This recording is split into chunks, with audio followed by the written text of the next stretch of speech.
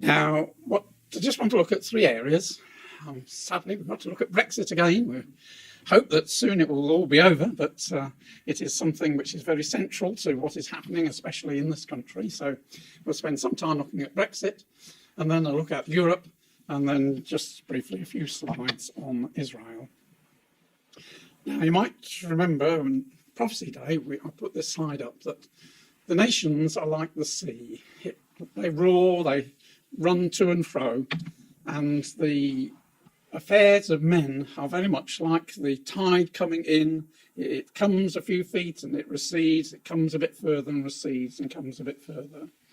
And Bible prophecy very rarely gets fulfilled very quickly. It gets taken to the wire. Many, many times this has been our experience, and that's what we're experiencing at the moment with Brexit. But step by step, things are moving forward, and that's what we're going to be looking at. And in many fields, some of which we're not going to cover at all, we can see now much more clearly things compared with just a few years ago. If we think of Israel's relations to the Arabs, with the Arabs, we know from Ezekiel chapter 38 that there will be a group of Arab nations who will be opposed to the coming invasion of Israel by Gog. Now, to think that Arab nations will be supporting Israel a few years ago would have been unbelievable. But we knew that's what Scripture has said, and this is what we have been anticipating. And now much more clearly one can see the many strands that Israel has of friendship with the Arab nations who look to Israel to be the one who will save them from their dreaded enemy, Iran. And if we think of Russia and her militarization, we know from Ezekiel 38 that Gog, representing the power of Russia, is to be a mighty power and with much armaments and a defence to many other nations. And yet, back in the 90s, with the end of the Soviet era, the Russian ships were rusting in the docks. And the thought that Russia could ever be a mighty power again was laughed at by many. But not today. We know how sophisticated the weapons are that Russia has developed and have been field tested in Syria. And many of the Western countries are most amazed at the abilities that Russia now has. So again, that fits with the picture that we've been looking for, a strong military from Russia. That's what we can see. We've also known from Ezekiel 38 and other chapters that Britain and America are not on the side of Gog. They're not coming with Gog to invade Israel. They're on the opposite side. They are opposed to it. And so we've seen that there must be a rift between America and Britain and Europe. And again, in the past few years, especially with Mr. Trump coming to office, that rift has become very real. And we see now that Britain is going to be on the wrong side of Europe when she leaves. But that's what we've been waiting for, and it's exciting that we can see these things coming to pass. We also can see that the United States, that's what I've just been dealing with, wasn't it? Apologies. The previous one was the United States of Europe, that Europe must come together. And again, with the new EU Commissioner who starts her job on November the 1st, the beginning of next month, this is her aim, to have a United States of Europe with its own army. And we can see a future for Britain outside the EU. In spite of all the doom and gloom that what would happen if Britain decided to withdraw, the dire forecasts that were made at the time of the referendum and onwards haven't come to pass. And although Britain is suffering economically, that's not because of Brexit, though perhaps part of it is, but there is a general decline in the world of business and trade, affecting America, affecting Germany, affecting China. And Britain is affected by that. But generally, she is very robust. And London is still the premier centre for business and finance, a maritime centre. So it's exciting things, and we can see so much happening, and the picture gets clearer and clearer as time gets on. And God told us that he would tell us of these things so that we might know what was going to happen.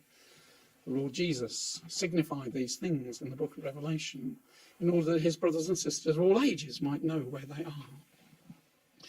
But the important thing is, this word of prophecy is not just so that we can know what's going to happen.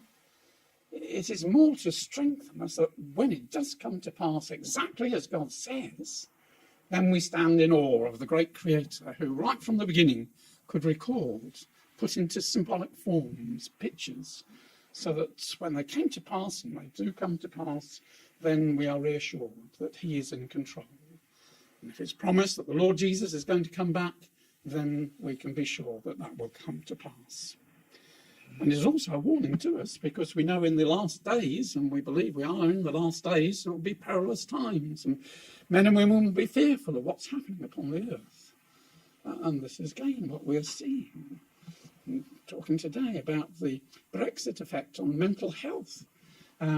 This is the first person has been diagnosed with Brexit phenomena, or some such phrase that they used. But there we are. We're living in difficult times. Don't expect life to be easy, but the Lord Jesus is going to come back. And we should be watching and waiting for him. So, we're at a very interesting stage of Brexit. A lot has happened just in the last few days. We've been through 3 years of uncertainty and frustration, where Mrs May's plans have been frustrated at every turn. And it was clear that she wasn't taking Britain down the right route that God wanted. And so she had to be pushed aside. And we now have Boris Johnson as our MP. And we assume that he will do the right thing as far as Britain is concerned. But we've experienced the ferocious backlash from the Remainer party in the MPs in the British Parliament, who are so fearful of leaving the embrace of the EU and doing everything they possibly can to frustrate Johnson's plans of us, Britain, leaving on the 31st of October, the end of this month. They seem to hanker with a religious zeal for the security of the EU. And we can see what an incredible job the EU has done in brainwashing the politicians of this country and all the countries in the EU. We know that it costs Britain £1 billion a month to be a member of the EU. And yet the EU's economy is shrinking. Its growth rate is almost negligible. It's run by unaccountable bureaucrats who haven't been elected by the citizens. It has a euro which is fatally flawed, and the majority of the citizens of the United Kingdom are very tired of their lives being taken over by this mammoth of the EU, and they long for the freedom that would lie outside its grips. And so Boris came along and made this great statement: no ifs or buts, we're out of Europe on the October the 31st. That's what he's canvassed for, and he's very anxious that that comes to pass, in spite of what Parliament might prevent him doing. He's put a new heart into the Conservative Party, who've been very down because of the growth of the Brexit Party. Now, with Boris as a leader, they can see that there is purpose and not afraid to go out and canvass on the streets as they were under Mrs May. He has lots of ideas of how to make Britain great again, to have many free ports, which have been very successful in other countries, where goods can be manufactured and re-exported without involving any tariffs. This has worked well in Hong Kong and Singapore and Eilat in Israel, and it could work very well for Britain. It's a much smaller cabinet than Mrs May had, filled with people who support him, and is willing to take the plunge of escaping from the EU clutches as soon as possible. So we wait to see what will happen. I'll say it's interesting that on November the 1st, there's a new batch of EU commissioners who take up their role. and I'm sure that they don't want to be bogged down with Britain half in, half out. They want to get on with their plans, just as Boris wants to get on with plans for Britain. So we have to wait and see what's going to happen. But as I say, as far as poor Boris is concerned, in this country, the parliamentarians have done their very best to tie him in knots and prevent him from achieving his goal. Timetable is getting very short. Here we are, October the 3rd. The big summit where the fate of Britain will be discussed is on October the 17th and 18th, in a fortnight's time. And Brexit, I put Brexit 3 because we've had 2 postponements of Brexit, so this is the 3rd date, is scheduled for the end of the month on October the 31st. Now, his foes in Parliament have declared and passed the Ben law that says that if there is no deal by October the 19th, then he must ask for an extension. And a 3-month extension is what he has to seek for, which puts Brexit on January the 31st, 2000. That's if he gets no deal. If he gets a deal and there is an agreement, then Britain leaves on the 31st of October. Now, his parliamentary foes are a bit frightened that he's going to find a way of escaping from that obligation to ask for an extension, and they have been plotting to bring it forward to this weekend. But it's been very apparent over the last 3 days that they're getting nowhere because they can't agree among themselves. The Labour and the Lib Dems and the Conservatives, who were thrown out of the Conservative Party, lost their whips, cannot agree among themselves. And so there doesn't seem to be much prospect of this no deal being brought forward.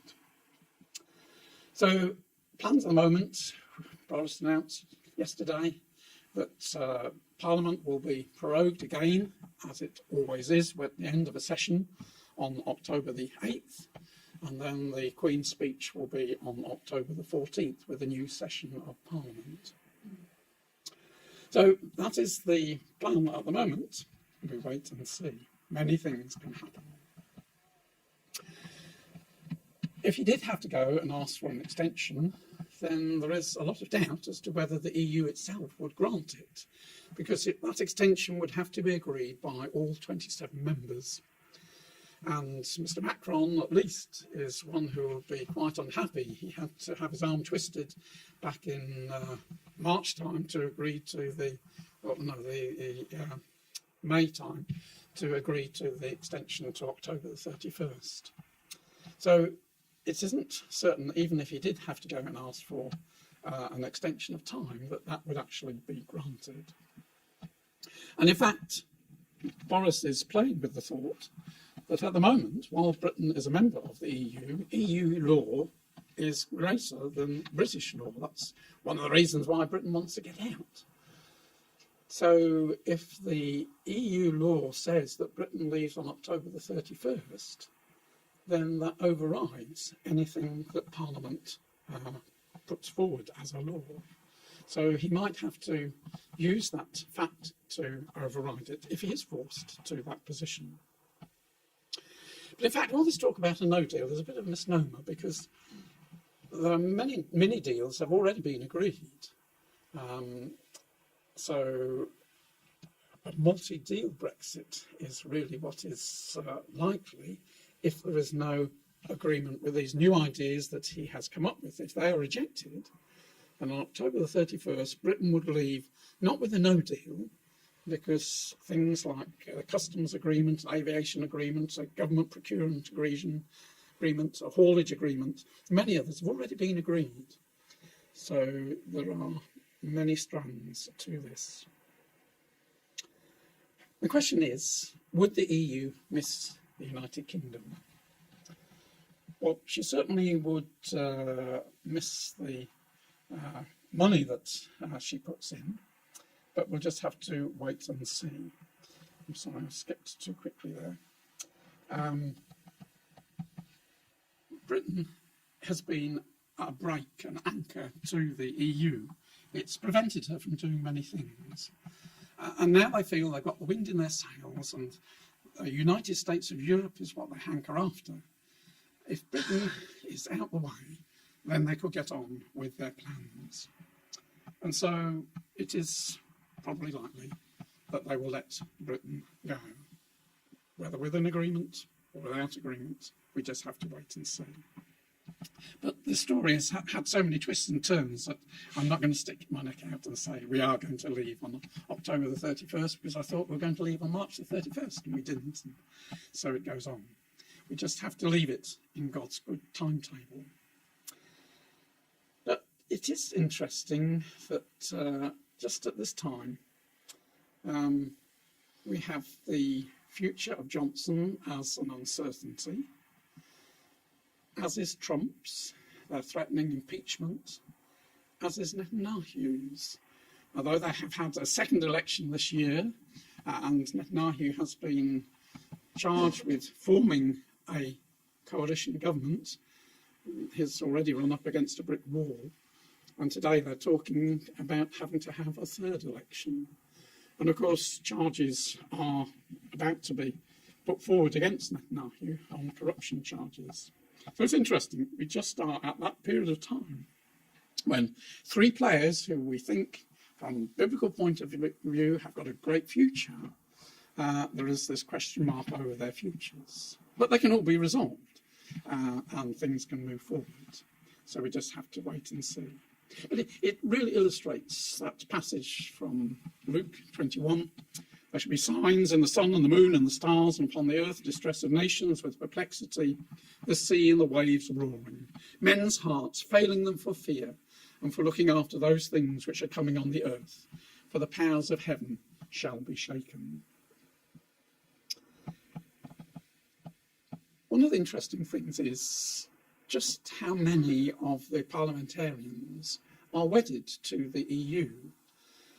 And it is strange because the EU puts political aims above national interests.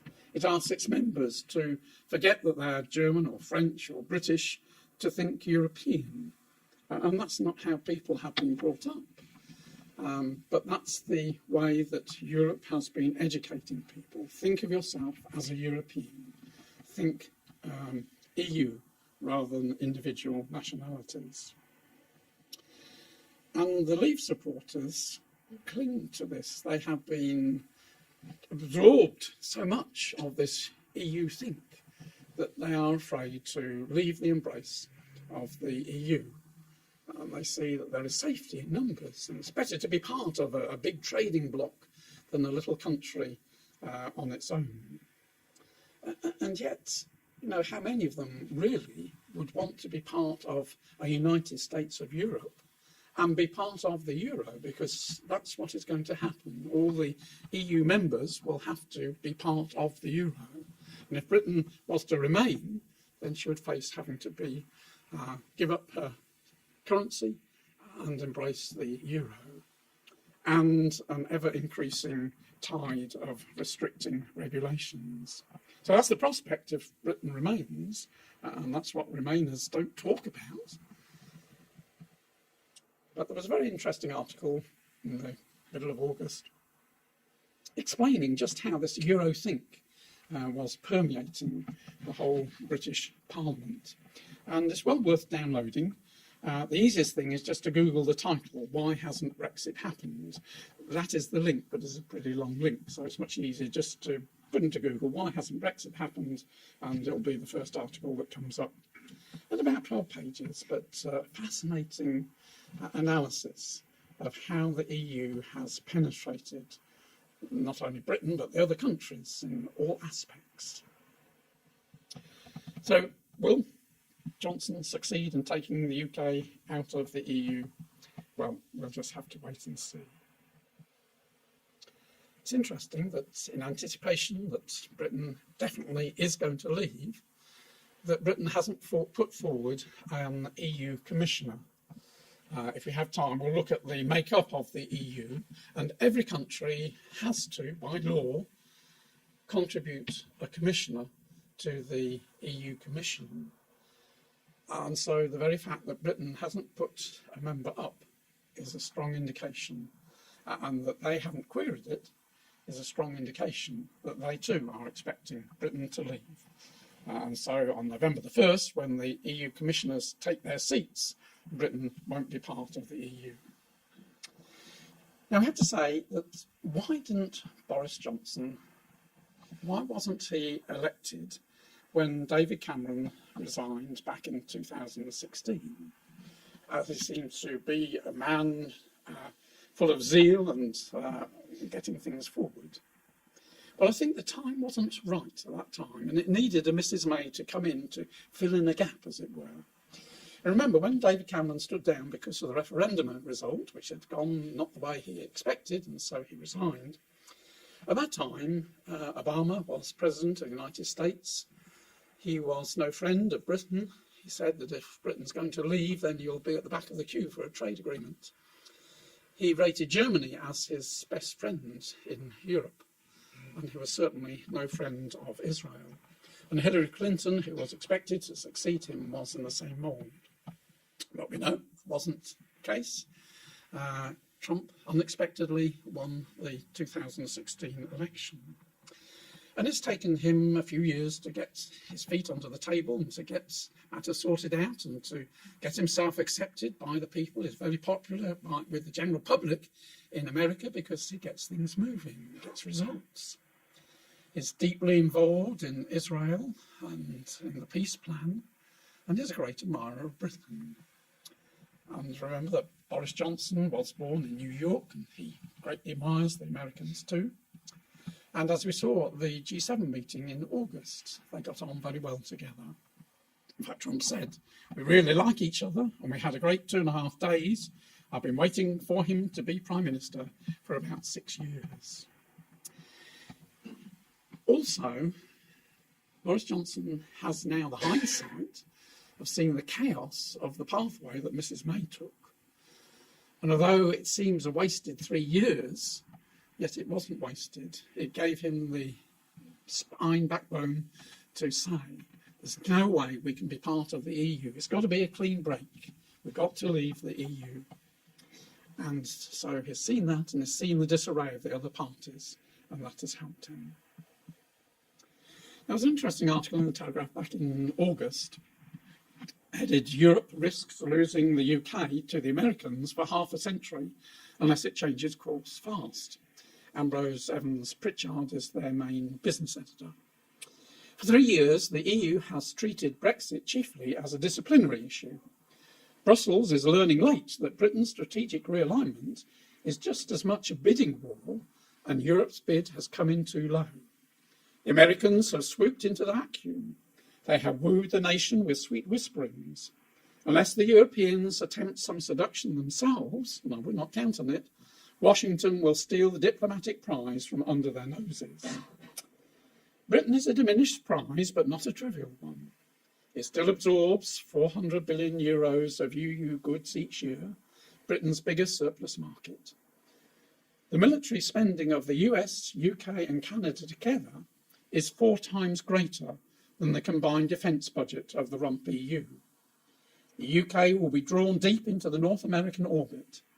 This is incompatible with the EU's regulatory structure. Once it happens, there'll be no turning back in my lifetime. Trading patterns will harden for a century, half a century or more. So it's an interesting observation that Britain and America are being drawn together, and that will make a complete break with the EU. So it's interesting, Boris has just come along at this particular time. Now, yesterday he was setting forward his proposals of how the backstop could be removed and the plan that he has submitted to the EU leaders. And this involves a 2-year transition period. At the end of that period, the Northern Ireland and the rest of the UK leave the EU, but the Northern Ireland remains under EU rules for 4 years until 2025. Now that will involve a hard border between the United Kingdom and Northern Ireland. So any goods going to Northern Ireland from Britain, from mainland Britain, would have to go through border checks in Northern Ireland. There will also be border checks between Northern Ireland and Southern Ireland, but these will be initiated away from the border for historic reasons, that these border crossings have been matters of great contention between North and South of Ireland.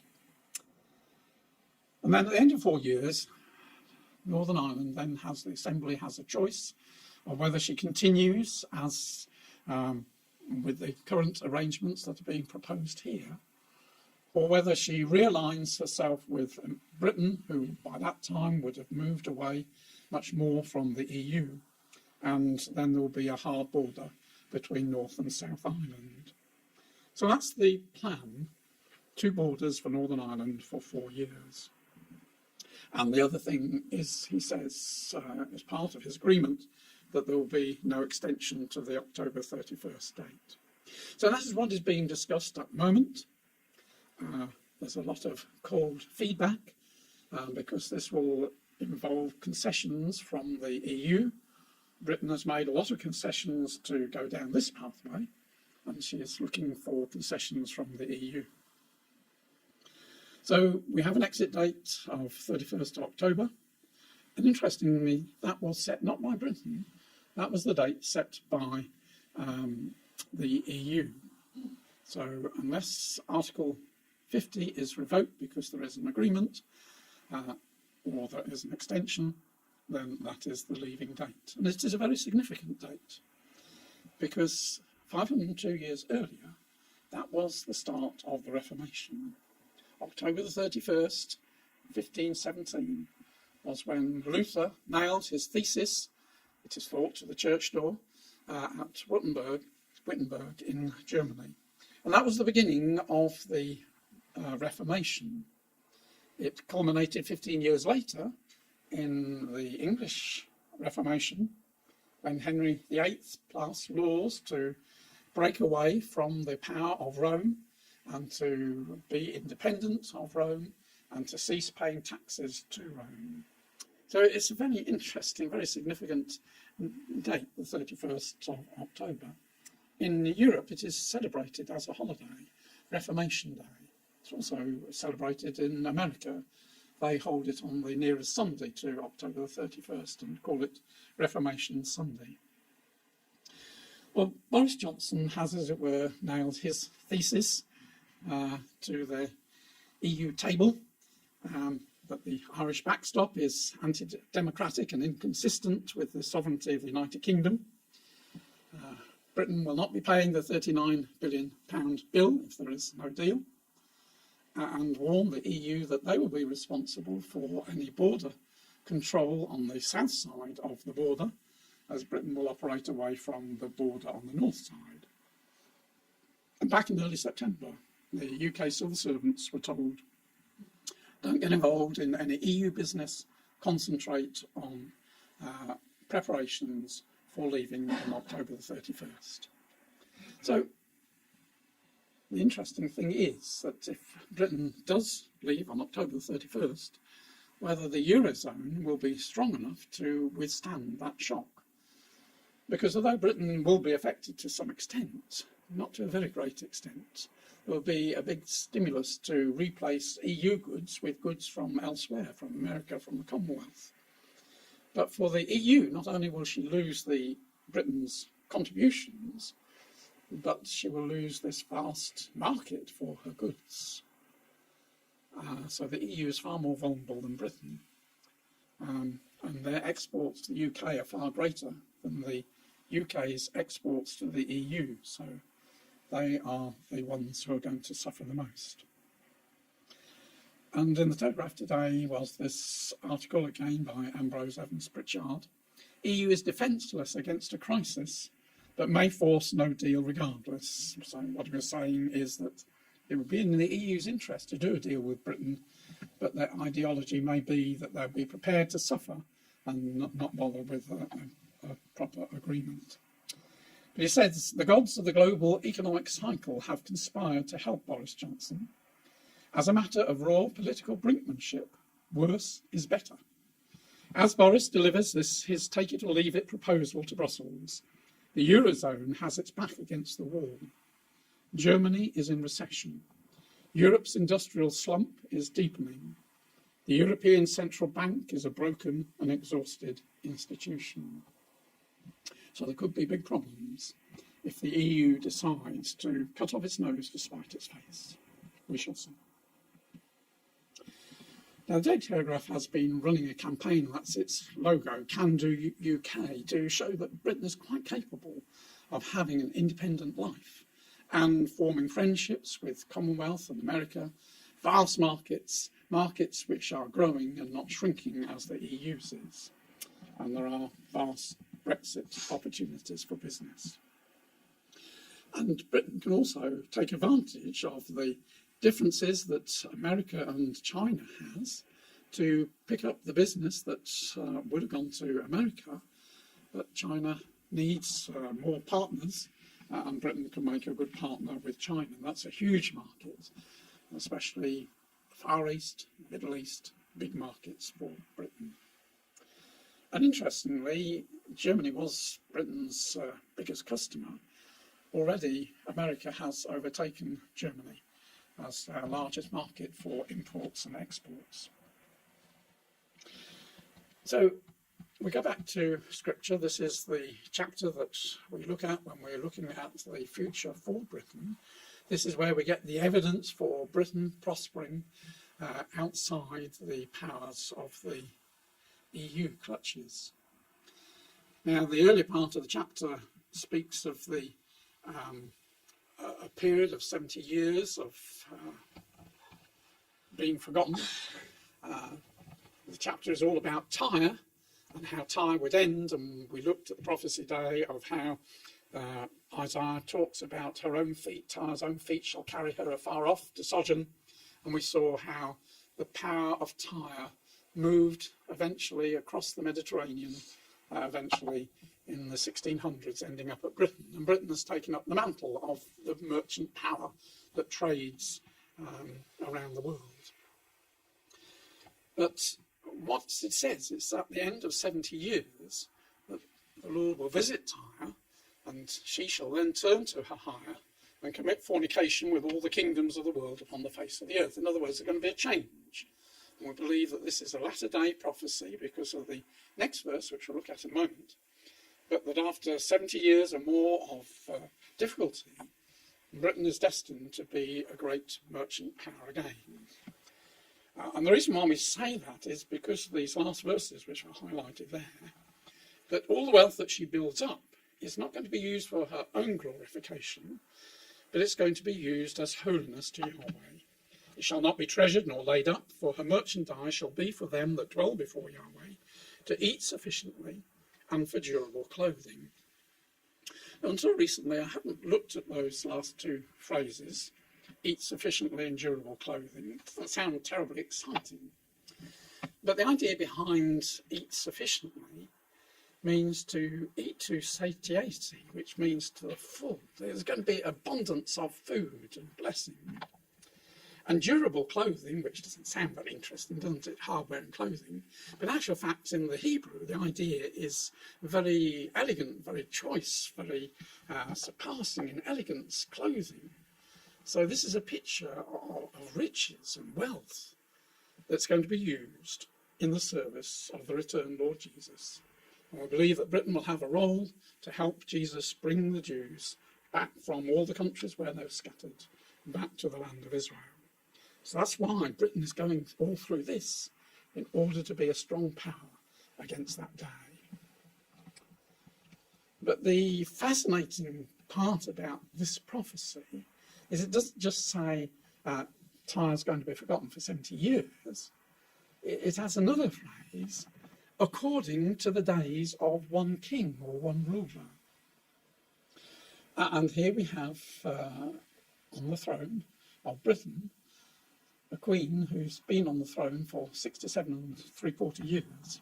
Not many rulers rule for 70 plus years. Wikipedia could only list 3 examples. There are some other examples, about another 5 more, but the dates aren't quite certain, but they're pretty sure they did reign 70 years. So it's not a very frequent occurrence. And here we have a queen who's been on the throne for 67 3/4 years. So does that mean we've got to go another 2 and a bit years before Britain is free to sing as an harlot? Well, if there is a deal that Mr. Boris Johnson has put forward, it involves a 2-year transition period. During that time, Britain is free to sign up trade deals with other countries, but can't implement them until the end of the 2-year transition period. But she is free of a lot of these shackles, but can't be totally free until the end of the 2-year period. So if we just look, and we looked at this at the prophecy day, just look at the Queen and her story. She was born in April 1926, had her first overseas tour when she was 21, when she promised to serve her people if she became a ruler to the whole of her life, whether it be long or short.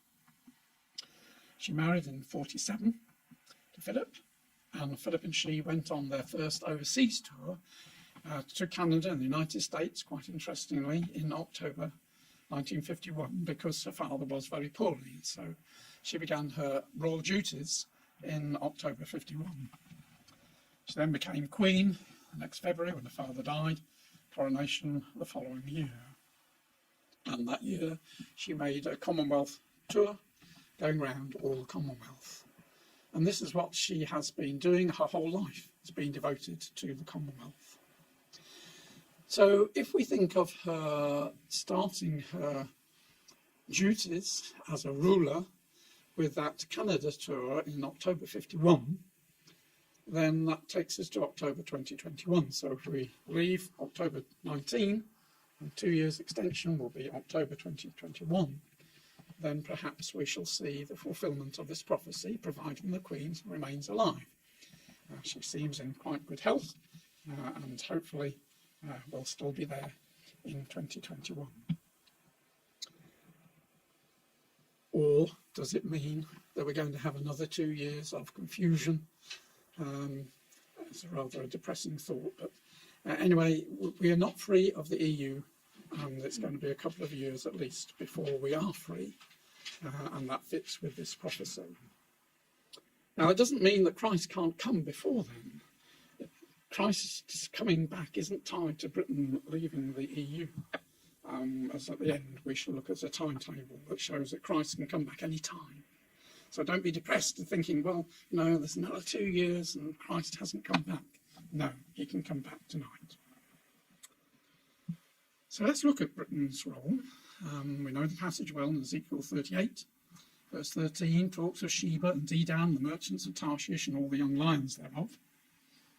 We believe that Britain is the Tarshish power. She is the merchants of Tarshish. She has taken over the role that Tyre played many years ago. And only Britain fits all the clues. We know that when Jonah went to Joppa in order to go to Tarshish. So he went to the west coast in order to get on a ship to go to Tarshish. So I'll indicate Tarshish is to the west of Israel. We know that the early Britons were descended from Javan, and Tarshish was Javan's son, so that fits. We know that Britain was the source for silver, iron, tin and lead, which are listed in the chapter which we just had in our readings from Ezekiel chapter 27, of the many suppliers to the fair at Tyre, and Tarshish supplied these minerals.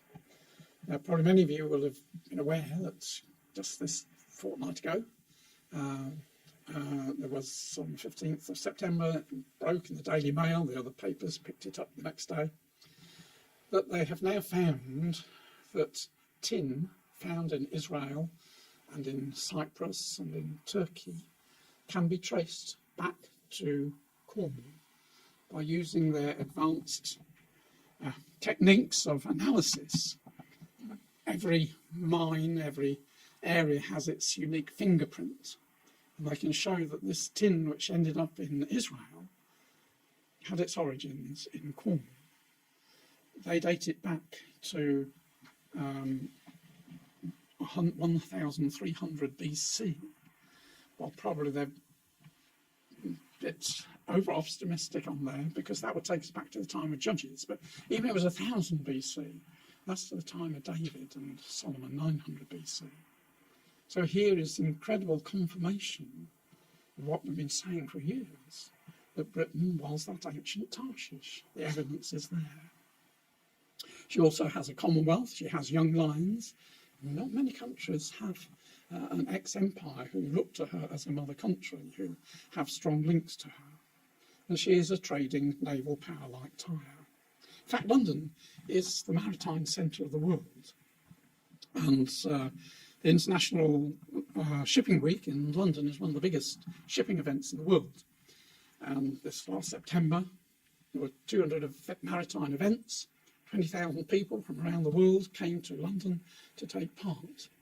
And a big banquet was held. 500 of the world's foremost maritime leaders gathered in the heart of Whitehall, with diplomats, ministers, major ship holders, owners, port operators, manufacturers, financiers and technologists to attend the reception hosted by the Department of Transport and Maritime UK. And it's a big sector. It's worth £40 million. And across the world, the UK is regarded as one of the world's leading maritime centres, with particular preeminence in professional maritime services covering law, insurance, finance and shipbroking.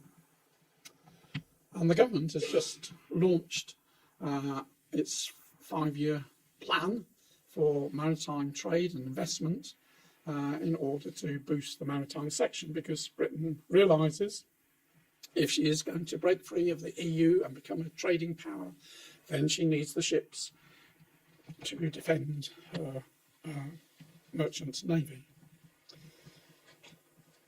The maritime sector is one of Britain's largest industries, supporting almost 46.1 billion in gross value added and more than 1 million jobs. So this 5-year plan its aim is to raise exports as a percentage of GDP from 30 to 35%. A 5% increase in exports is worth a lot of money. And in parallel with that, almost at the same time, Maritime UK, which is a powerful group of all the ports and that they work together, they published the State of the Maritime Nation, again a fascinating report to look at the charts and the prospects that Britain has as a maritime power. So Liz Truss, who is the International Trade Secretary, the UK has a world-class reputation in maritime with a long history in shipping and great port cities up and down the country. Our trade and investment 5-year plan sets out how we can showcase this and our global capabilities in maritime technology, science and shipbuilding. As an island nation, our oceans are a precious resource and shipping a vital economy. We are committed to working with coastal communities and the maritime sector to drive growth and make sure business are ready to trade on October the 31st. So we can see, the fulfilment of what we've read since I was a child in Ezekiel 38. Britain was in the doldrums for most of my lifetime. Now there is this surge. It's very thrilling. And what is also interesting from a biblical point of view is the strong linkage with Israel in the cabinet that Johnson has. He himself has excellent links both with the United States and with Israel. He has Jewish blood on his mother's side, and he has Jewish ancestry going further back, but his mother is a Jewess. The number one in the cabinet is the Chancellor of Exchequer. Although Javid is a Muslim, he is an unapologetic supporter of Israel. In fact, he was there in July, one of the first ministers to go and visit Israel. A great enthusiastic supporter of Israel, goes there on his holidays. And then the first Secretary of State, Rahab, his grandfather was Jewish, and he himself has worked and studied in Israel. Priti Patel, she's the Secretary of State for the Home Office, again a great friend of Israel. She got sacked from her job under Mrs. May 2 years ago, because she, on her own private holiday, was talking to Israeli leaders. So she's a great supporter of Israel. And Gove, who is the in charge of all the Brexit arrangements as the Chancellor of the Duchy of Lancaster, again is a long outspoken friend of Israel and wants to move the UK embassy to Jerusalem. So it's interesting. Here we have a cabinet, so full of people wanting to do business and be friendly with Israel and support Israel. And interestingly, I only came across this book just quite recently, but it actually came out in 2012, called Britannia Unchanged. And it was written by these Conservative MPs to show how Britain mustn't be afraid of leaving the EU and taking an independent course. Now, interestingly, the last 4 of those are in the cabinet, and the first author, I don't quite know how to pronounce his name, Quateng, he also attends cabinet by reason of the fact that he's the Minister of State for Business, Energy and Industrial Strategy. And when this book was launched in 2012, the authors said, "We are convinced that Britain's best days are not behind us. We cannot afford to listen to the siren voice of the statists who are happy for Britain to become a second-rate power in Europe and a third-rate power in the world. Decline is not inevitable," they said, and they set out in the book how Britain can be great again. And these people are in the cabinet. So we hope for great things. And it was also very thrilling to read that back in July, I think that was, yes, July, there was a conference held in Whitehall, put together by the Royal United Services Institute and the Britain-Israel Communication Research Centre, 2 British think tanks, and they put their heads together and had this day conference as to what the future should be for Britain and where do they see Britain's future lying. And they saw it, as you can see in the map there, in the Middle East. This is the traditional stomping ground of Britain. This is where she was for many, many years. Only came out in the 50s from that region and is now going back. Bicom also, with a separate article, looked at Britain and Israel. The beginnings of a new partnership can be glimpsed. Israel is one of the UK's top 50 trading partners. We sell more than 2.3 billion worth of vehicles and machinery annually, and they sell us 1.6 billion in plastics and minerals. Brexit presents an opportunity to develop economic ties, and the 2 countries have already signed a contingency deal to trade on preferential terms after the UK leaves the EU. This is particularly important for the NHS, which fills 1 in 7 of its prescriptions with drugs from Israeli pharma giant Teva. Israel is also a valuable strategic ally. Last week, the RAF confirmed for the first time that it had conducted joint training sorties with the Israeli Air Force, building on mutually beneficial intelligence and security cooperation. So that was a first for the RAF to openly go to Israel and take part in things there. The Israelis were earlier in September in this country with training, and Britain is scheduled to go for some more training in Israel next year. So I won't read this, but again, this is just saying how remarkable. Britain wouldn't have dared to have done it a few years ago because of the fear of upsetting the Arabs. But now Arabs are accepting Israel. Britain can freely go and nobody question that Israeli planes fly to Israel and take part in exercises there. So we're living in a time of great anxiety for the markets. This was The Economist on the 17th of August. Markets in an age of anxiety. And this headline, "Twin shock of global recession and no deal may swamp Europe." And the headline for today, which already looked at, "EU is defenceless against a crisis, but may force no deal regardless."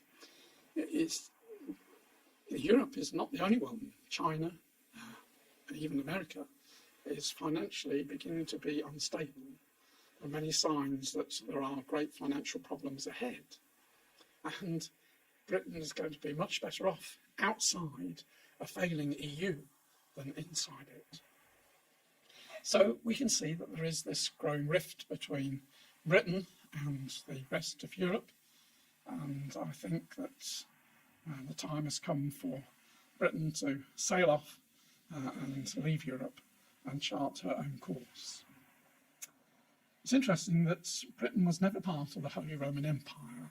Part of the Roman Empire for a while, and then broke away in AD 400, but she was never part of the Holy Roman Empire. So let's very briefly look at Europe. I'm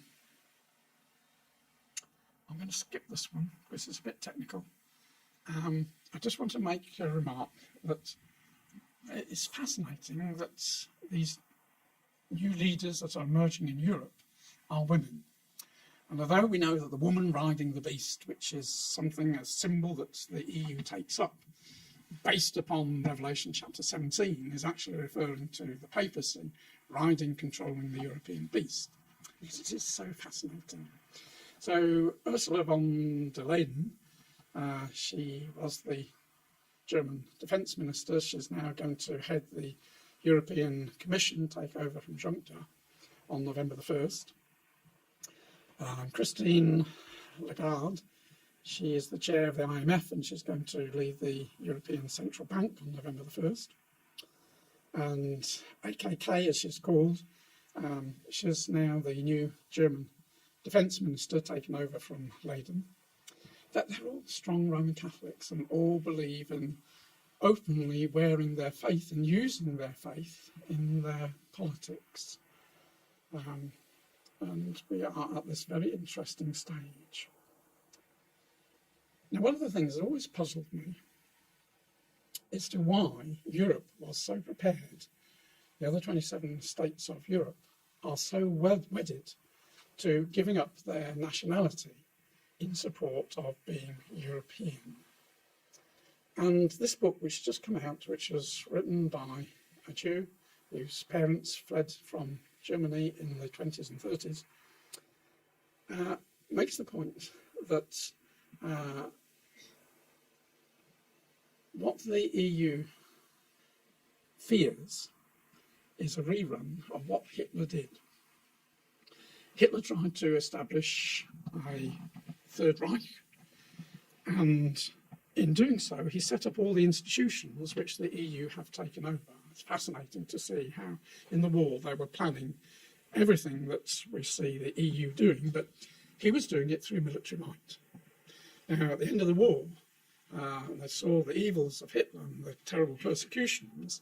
They determined that they would achieve by peace what Hitler was trying to achieve through war. But what Hitler tried to do was to establish an empire, an imperial empire. Now, what the EU have very craftily done, they have said that what Hitler was trying to do was to establish nationalism. He wasn't. He was trying to impose or set up imperialism. But they said, no, what Hitler did was nationalism. Nationalism is wrong. We must forget nationalism, individual identities. We've got to think imperial, globally. So they twisted in reverse exactly what Hitler was doing and have used it to their own advantage. And so people in Europe have been brought up, well, nationalism is what Hitler did, so we don't want to go down that route. So we must come together as an imperial United States. Fascinating. So what we're expecting to see is a recreation of the first beast system. Revelation chapter 16 and 17 tells us of a latter-day beast system. The old beast system disappeared in the first German Reich. But the setup of the first German Empire was that it had an emperor and it had a pope, and the two reigned, one looking after political things, the other after spiritual things. And we will gather from Revelation 16 and 17 that a similar setup has got to emerge from Europe, and that's indeed what we begin to see. And what's been very interesting this week, there have been two significant items that I've covered. One is in Austria. In Austria, a couple of years ago, a young man, Sebastian Kurz, was elected leader, very dynamic young man, again a very strong Catholic, and he openly uses his Catholicism to achieve where he is. He had to resign earlier this year because the junior partner, he was in a coalition, and the coalition partner was caught in a sting, and the government then collapsed. They've had new elections, they held elections on Sunday, and Kurz has emerged in a much stronger position than he was before. In fact, his party has as many votes as the next two parties below him added together. So that's put him back in power. A very dynamic man, the people love him. His friend and guide is the Archbishop of Vienna, Archbishop Schwarbaum, who is tipped as one of the possible next popes. And he uses him as his guide in what he's going to do. But the other interesting thing is he is very friendly with this gentleman, Karl Theodor zu Gottenberg, who used to be the German defence minister. He had to resign in 2012, or 2011 I think it was, because of plagiarism in his university thesis, and he exiled himself and his family over to the United States. Well, I didn't know, but I learnt this week that back in July he's come back to Germany, moved his family back, and the Germans love him. Now, Merkel has to stand down from being Chancellor within the next 2 years, and he is widely tipped as being somebody who would be an eminent replacement for Merkel. He is aristocratic links with the old Holy Roman Empire, and again, as I say, is loved by the people and is very friendly to Kurz. So one can picture quite rapidly a big change in outlook for Europe if indeed these two people do get into position, both strong Catholics, then that would bring the church much more to the fore in Europe. So, interesting times. So, just 3 slides on Israel. As you know, they couldn't form a government from the elections which they had back in May time, so they've had fresh elections in September. Netanyahu is the Likud party. He's got 32 seats, and Blue and White have got 33. The president of Israel tried to get these two leaders to make a unity government, but there was so much disputing between them that fell through. And so Netanyahu was tasked with trying to get a coalition of supporters. The problem is that the party, which would naturally be his coalition party, the Israeli B'tselem party, which got 8 seats, if he and all the rest on this side came together, then they would have a majority. But that party is led by Lieberman, who broke away from the Likud party and formed his own independent party. So at the moment he's not prepared to work with Netanyahu.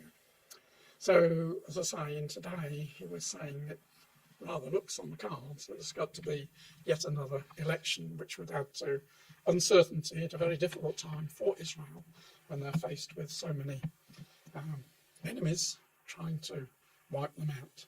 So he's got until October the 24th to form a government. He can ask, if he hasn't succeeded then, for a 2-week extension. If at the end of that period he hasn't formed a government, then the leader of the Blue and White Party, Gantz, would be given 2 weeks. And if that fails, then hold 3rd elections. But it is thought likely they won't even wait that long. They'll have another go at elections shorter than that.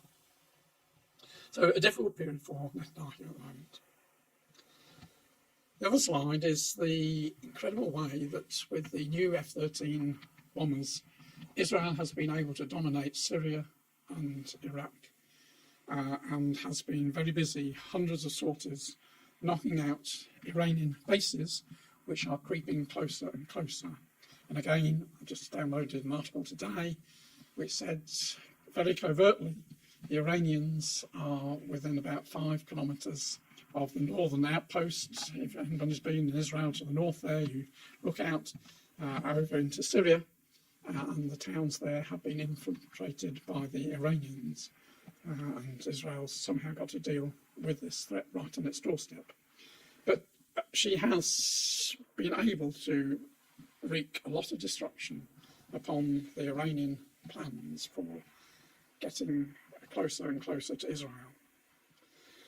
But the other thing is there's now movement. I haven't talked about oil fields for quite a few years, but the Tamar and the Dalit fields are busy supplying gas to Israel, and the Leviathan field is well on its way.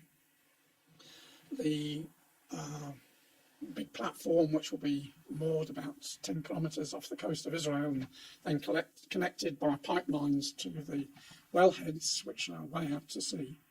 But this platform has been built in Texas. The undersea part was floated across in February and all assembled. And now in July and August, the 3 barges carrying the top sections have arrived.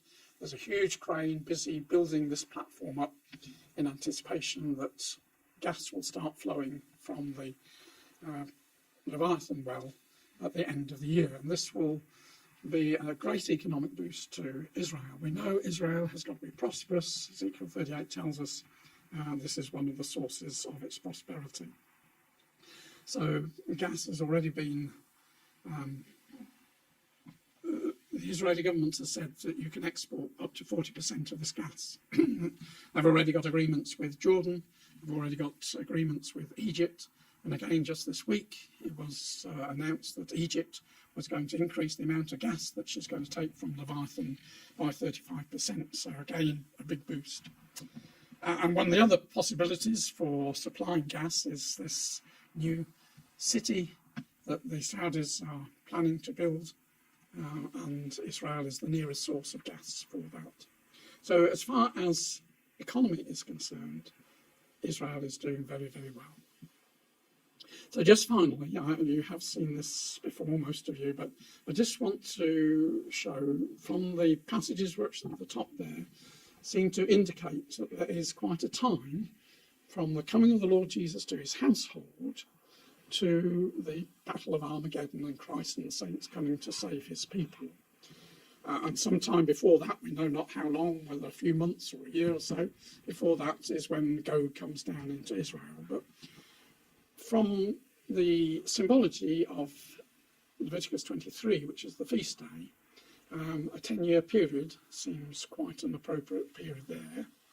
And then another 40 years to the kingdom being fully established, and that will then make a jubilee period, a 50-year jubilee period. So, though we can see things have still got to happen, yet Christ can come back at any time. And the final piece of the jigsaw can drop into place during this period before the Christ and the saints go to save the nation of Israel from their enemies. So, brothers and sisters, take heart. Things are moving. Although there's a lot of toing and froing, the Father has all things under his control. The angels are working very hard, and things will be on course. The Lord Jesus is coming back soon.